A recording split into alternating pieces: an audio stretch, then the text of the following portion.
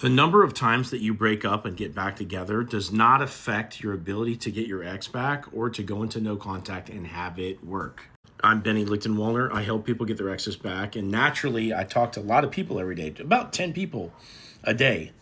And, I've been doing this for a while, and I hear people's stories, and I get to hear like what happens throughout the timeline of breaking up and coming back together. And I get to hear everything that's led up to the current problem that they're having. And many of these stories include past breakups, even multiple breakups, even sometimes double-digit amounts of breakups. And yet they got back together each time after that and are attempting to get them back again. Now, I'm not saying you should just go through this toxic cycle of breaking up and getting back together with your ex, but the point is that it can absolutely be done, and there's no amount of times. There's like normally hearing all these people's stories, I would hear numbers like, oh yeah, after about amount this time, this amount of time, then this happens, et cetera, et cetera. But there's no correlation to breaking up and getting back together and having no contact not work anymore. There's only 3 reasons why your ex wouldn't be into you at any given time, okay?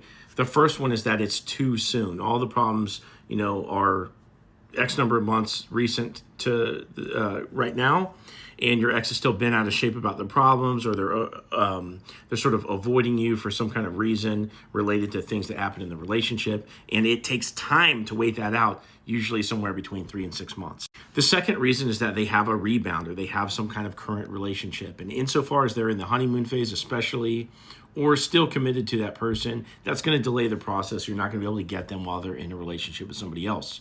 People rebound sometimes. Doesn't mean it's going to last.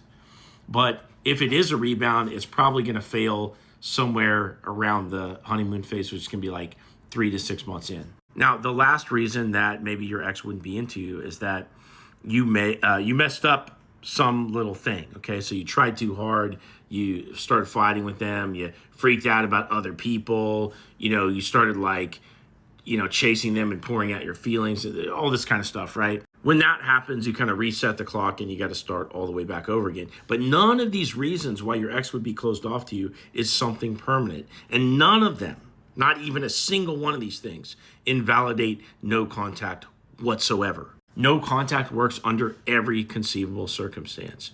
It allows time to pass in between the problems and you re-engaging them. It allows time to make them to miss you, which is what happens when you're not in front of their face.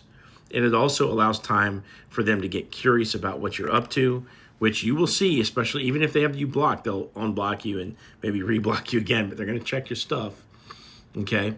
And you will see that curiosity happen. No contact works an unlimited amount of times. It just does, okay? I'm not saying you should sit around and wait for your ex forever, but if you want to get them back, you absolutely can. And if you want my help with this process, click in my profile, click this link, set up a call with me, tell me your story, and I'll give you a step-by-step plan to get your ex back.